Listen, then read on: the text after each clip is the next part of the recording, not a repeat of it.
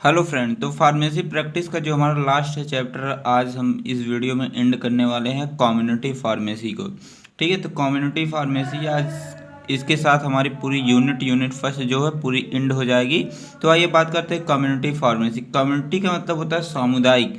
सामुदायिक का मतलब होता है, इसको बोल सकते हैं ग्रुप ऑफ पीपल। ठीक है, जैसे आपने पढ़ा था हॉस्पिटल फार्मेसी, ठीक है, वैसे हमारा कम्युनिटी फार्मेसी होता है। ठीक है, इसमें क्या होता है, community pharmacy deal with the compounding counselling and dispensing of drug to the patient. इसमें भी क्या होता है, कम्युनिटी जो हमारी फार्मेसी होती है यह क्या करती है, जो हमारी ड्रग होता है उसका कंपाउंडिंग करती है, पेशेंट की काउंसलिंग करती है और डिस्पेंसिंग करने का काम हमारा कम्युनिटी फार्मेसी करता है।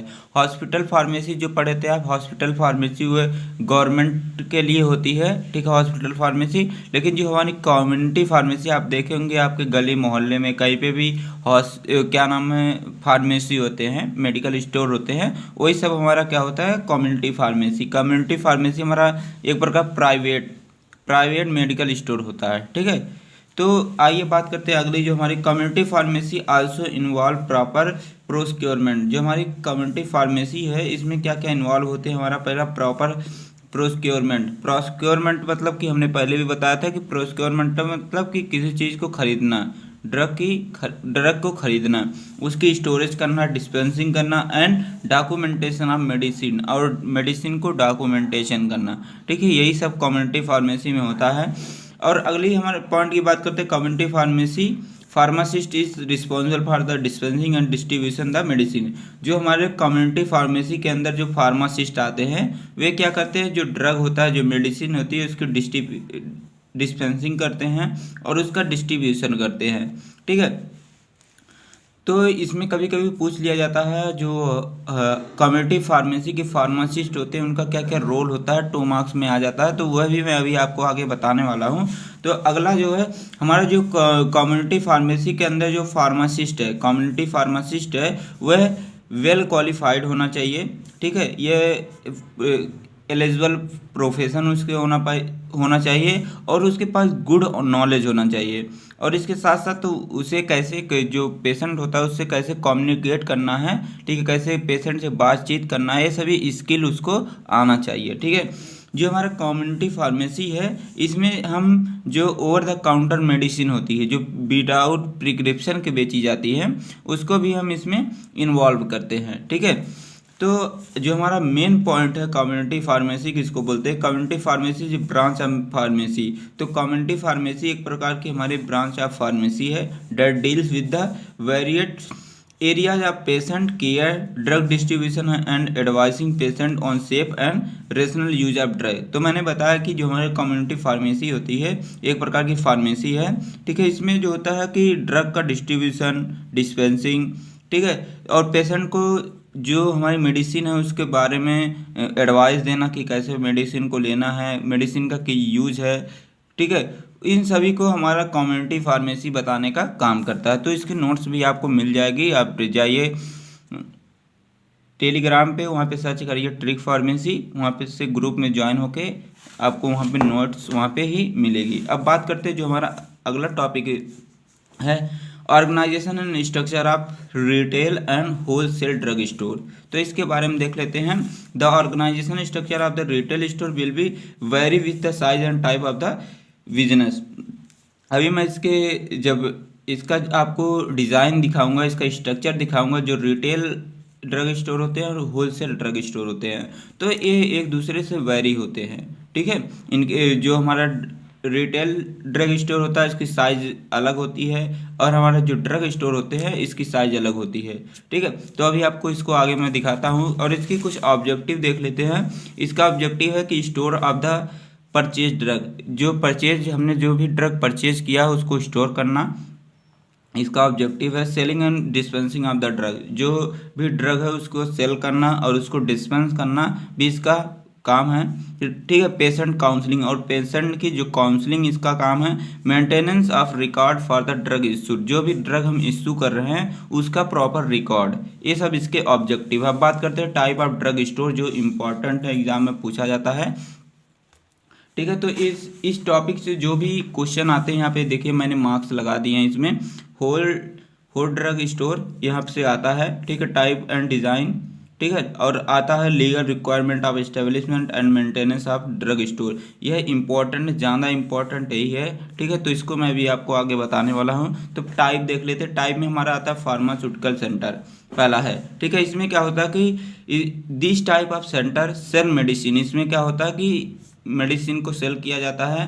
कन्वेंस आर्टिकल्स, जो बेनिफिट आर्टिकल्स हैं उनको भी, ठीक है। और आर्थोपेडिक जो होते हैं, मतलब कि आर्थोपेडिक मतलब जो हड्डियों से रिलेटेड है, एंड सर्जिकल एप्लीकेशन, ठीक है, ये सभी को इसमें सेल किया जाता है, ठीक है। फिर बात करते हैं the store and sufficient floor space and the is properly decorated, ठीक है। यह हमारा जो होता है हमेशा फ्लोर स्पेस पे ही होना चाहिए, जो हमारा फार्मास्यूटिकल सेंटर होता है, ठीक है। फिर बात करते हैं ट्रेडिशनल ड्रग स्टोर। तो इसमें क्या होता है कि टू फिल मैक्सिमम प्रिस्क्रिप्शन, जो भी प्रिस्क्रिप्शन है उसको ज़्यादा से ज़्यादा फिल करना, उसमें जो दवाएं लिखी हैं उसको देना, ठीक है। एंड गेन प्रॉफिट, और प्रॉफिट को गेन करना, ठीक है। कस्टमर चॉइस इज लिमिटेड, इसमें जो कस्टमर की चॉइस होती है लिमिटेड होती है, मतलब आप समझ सकते हैं इसमें, ठीक है। जितना लिमिट रहेगी उतना ही रहेगा इसमें, ठीक है। अब बात करते हैं प्रिस्क्रिप्शन ओरिएंटेड ड्रग स्टोर। इसमें देखिए क्या होता है, this type of drug store provide a comfortable waiting area. इसमें क्या होता है कि वेटिंग एरिया होता है कि जैसे जो भी पेशेंट आता है, ठीक है, वह क्या होता है वेटिंग एरिया में जाता है, वहाँ पे वेट करता है जब तक कि उसका जो प्रिस्क्रिप्शन में जो दवा लिखी है वह मिल नहीं जाता, ठीक है। वहाँ पे बैठा रहेगा पेशेंट, उसको दवा आएगी कुछ टाइम बाद, ठीक है। वेटिंग एरिया पे वहाँ पे बैठा रहेगा, वहाँ पे आके उसको मिलेगी, फिर वह अपना जो भी दवा रहेगा वो लेके जाएगा। तो इसमें यही होता है। फिर अगर अगला हमारा आता है सुपर ड्रग स्टोर। इसके नाम से ही पता चल रहा है, सुपर ड्रग स्टोर से ही। इसमें such type of drug stores have a huge floor area ranging from 5,000 to 10,000 with A square design. इसकी जो एरिया होती है 5,000 से 10,000 एरिया तक, तभी इसका नाम पड़ा है सुपर ड्रग स्टोर पड़ा है, ठीक है। यह हमेशा फ्लोर पे ही रहेगा, ठीक है। इसमें क्या होते हैं, इसमें जो होता है ड्रग कॉस्मेटिक गिफ्ट आइटम्स इसमें अवेलेबल होते हैं, ठीक है। ये सभी चीज़ें होती हैं, जैसे हमने देखा होगा अपोलो फार्मेसी, ठीक है, जो कि हैदराबाद में है। ये एक प्रकार का हमारा अपोलो फार्मेसी क्या है, एक प्रकार का सुपर ड्रग स्टोर है, ठीक है। अब आगे देखते हैं हमारा personal drug store service. Personal drug store, इसके मतलब जो पर्सनल के लिए होता है उसको हम बोलते हैं पर्सनल ड्रग स्टोर सर्विस बोलते हैं, ठीक है। तो इसके बारे में कुछ यहाँ पे लिखा गया है, इसको आप देख के यहाँ लिख सकते हैं। आगे मैं अब बात करता हूँ इसके डिज़ाइन के बारे में जो इम्पोर्टेंट है, ठीक है। Structure and design of retail and wholesale drug store, ठीक है। तो ये हमारा जो दिया गया है, इसकी जो ए एरिया होती है, ठीक है, इसकी जो लंबाई होनी चाहिए 15 स्क्वायर फीट की होनी चाहिए, जो हमारा रिटेल ड्रग स्टोर है, ठीक है। और इसकी जो चौड़ाई होती है 10 स्क्वायर फीट की होनी चाहिए, ठीक है। तो यहाँ पे इसको बनाया गया, इसको आपको ऐसे एग्जाम में बनाना है, ठीक है। कहीं पे भी देखेंगे आपको यही मिलेगा, ऐसे ही डिजाइन मिलेगा, ठीक है। अब दिखाते हैं आपको, यहाँ पे लिखा गया हमारा होलसेल ड्रग स्टोर की डिजाइन यहाँ पे लिखा गया, ठीक है। ये है इसमें, ठीक है, इसको देख सकते हैं आप, यहाँ पे आपके सामने लिखा गया जो इसकी चौड़ाई होती है 10 स्क्वायर फीट होती है और इसकी जो लंबाई होती है 20 स्क्वायर फीट होती है, ठीक है। मैंने अभी आपको बताया था कि ये दोनों जो साइज में वेरी हैं, इसकी साइज़ ज़्यादा होती है होलसेल ड्रग स्टोर की, और हमारा जो रिटेल ड्रग स्टोर है उसकी साइज़ थोड़ा इससे कम होती है, ठीक है। तो आपको यही डायग्राम इसमें देख लेना, कुछ करना नहीं है, ठीक है। फिर अगर हम आगे बात करते हैं, हमारा अगला जो है, हमने बताया कि यह इम्पोर्टेंट है, लीगल रिक्वायरमेंट फॉर, ठीक है, for establishment and maintenance of drug store. तो इसमें पहला हमारा आता है कैसे हम मेंटेनेंस करेंगे, ठीक है, लीगल रिक्वायरमेंट्स को, ठीक है। तो यहाँ पे पहला हमारा आता है जनरल लाइसेंस, ठीक है। इसमें क्या करते हैं कि जो भी हम, जैसे मान लीजिए हमें किसी भी टाइप की ड्रग रखनी है, ठीक है, तो मान लीजिए एक्स शेड्यूल की रखनी है, सी शेड्यूल की रखनी है, C1 शेड्यूल की जो भी ड्रग हमें रखनी है, ठीक है, उसके लिए एक प्रॉपर लाइसेंस चाहिए। तो इसमें यही होता है। तो इसमें this licence granted to an individual person, जो लाइसेंस है एक इंडिविजुअल पर्सन इसको ग्रांटेड करता है, who has permission for the business and who engage the service of the qualified person. वह हमेशा क्वालिफाइड पर्सन ही होता है, ठीक है। To supervision the sale of drug, जिसके हम सुपरविजन में ड्रग को सेल करते हैं। जैसे मान लीजिए हमें शेड्यूल सी और C1 और यक्स जो शेड्यूल है इसके अंतर्गत जो भी मेडिसिन आती हैं, ठीक है, इसको अगर इसका हमें लाइसेंस चाहिए तो इसके लिए हम फॉर्म नंबर 20 भरते हैं, ठीक है। और अगर इसके अलावा जो थोड़ा स्पेसिफाइड है, ठीक है, थोड़ी जो स्पेसिफिक मेडिसिन है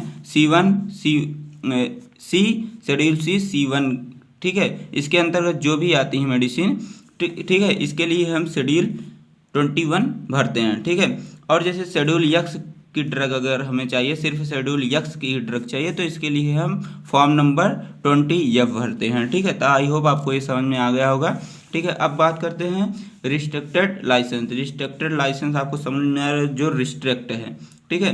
तो इसमें जैसे आपको मान लीजिए कि आपको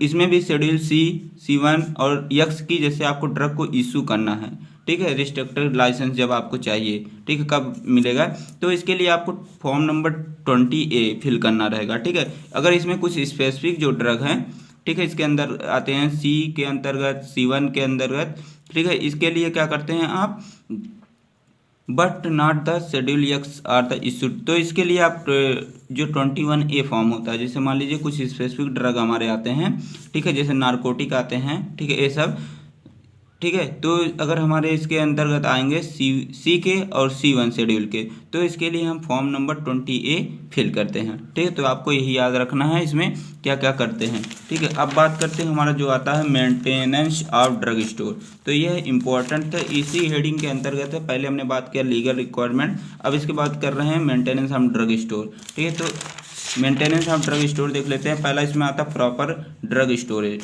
तो आपको पता है कि जब हम ड्रग की स्टोरेज जब तक अच्छी नहीं करेंगे तब तक कोई काम अच्छा नहीं हो सकता। तो हमें पहले क्या करना है, प्रॉपर ड्रग स्टोर करना है। इसके लिए हमें कंटामिनेशन को अवॉइड करना पड़ेगा, ठीक है। अगर हमें कुछ मेडिसिन जो होती हैं कूल टेम्परेचर पे रहती हैं, कुछ कोल्ड पे रहती हैं, कुछ ड्राई पैलेस पे रखी जाती हैं। दो टेम्परेचर दो ही होते हैं, कोल्ड एक कूल, ठीक है। तो आपको पहले इसके पहले वाले वीडियो में आपको बताया भी गया था कि क्या क्या होता है, ठीक है।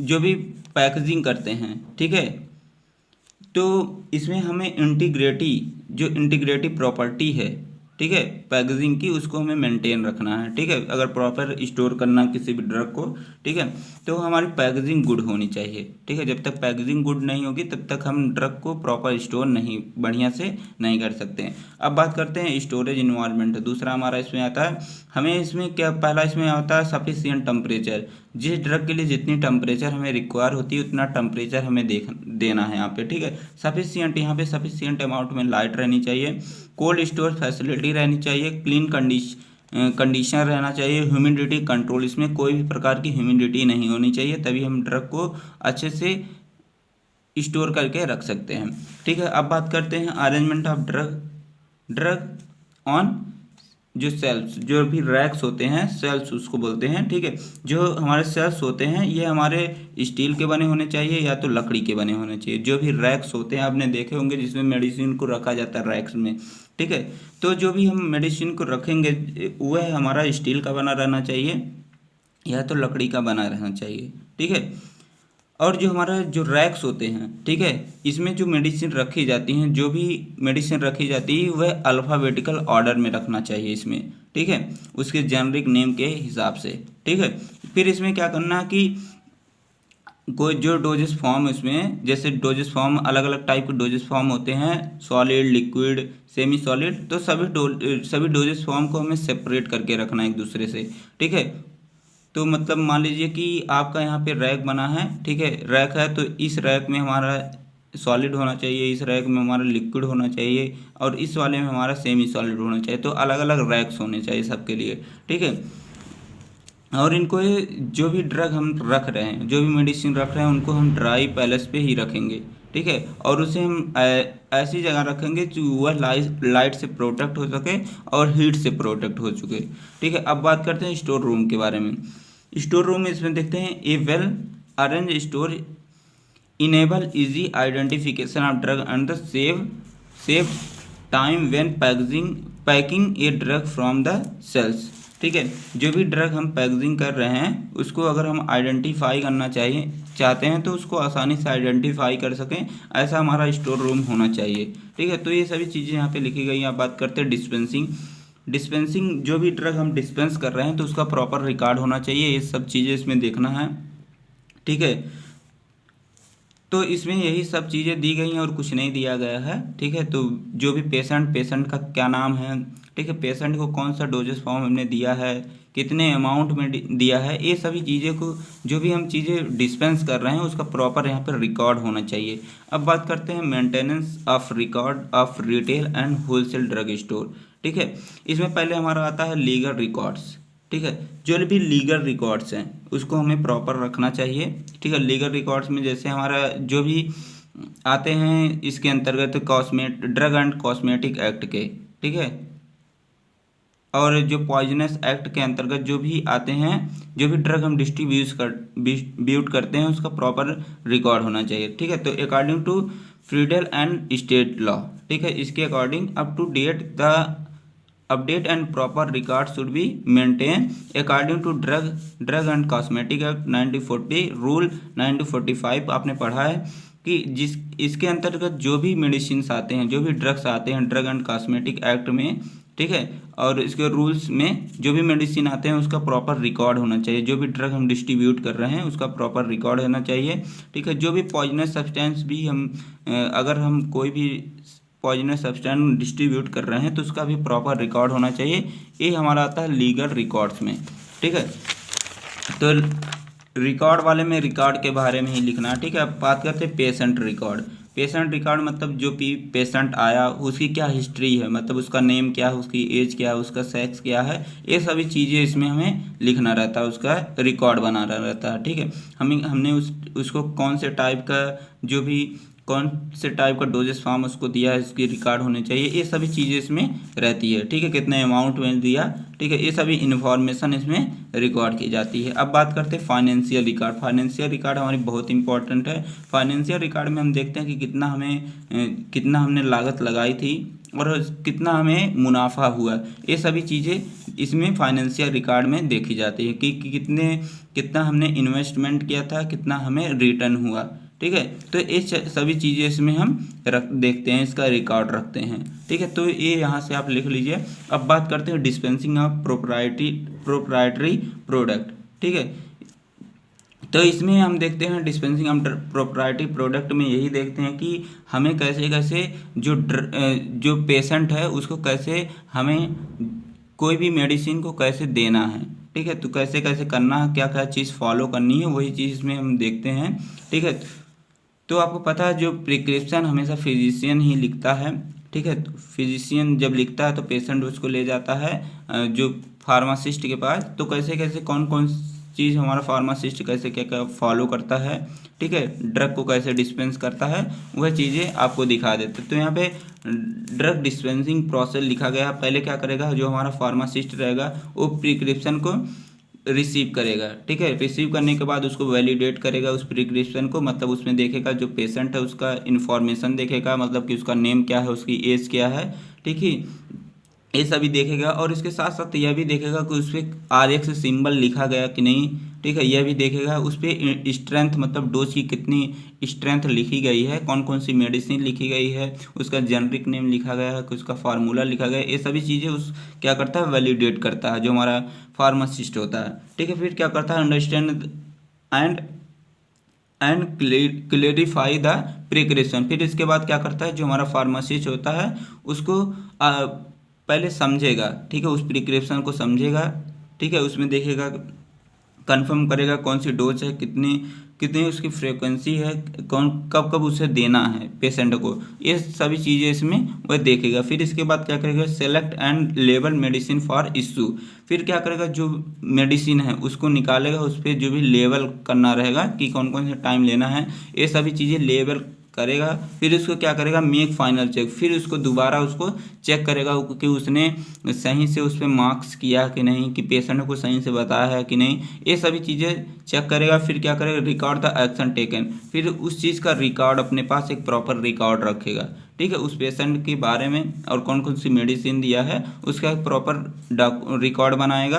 फिर क्या करेगा, issue medicine to the patient with the clear instruction and advice. ठीक है, फिर इसके बाद क्या करेगा, जो मेडिसिन रहेगा वह पेशेंट को दे देगा। जब पेशेंट को मेडिसिन देगा तो उसको साथ साथ यह भी बताएगा कि आपको अच्छे से कैसे कैसे मेडिसिन लेनी है, आपको अच्छे से समझाएगा। ठीक है, तो यही सब इसमें होता है। ठीक है, इस वीडियो में इतना ही था। अगर आपको वीडियो अच्छी लगे तो प्लीज़ चैनल को सब्सक्राइब करिए ताकि अगले वीडियो का नोटिफिकेशन आपको सबसे पहले मिले।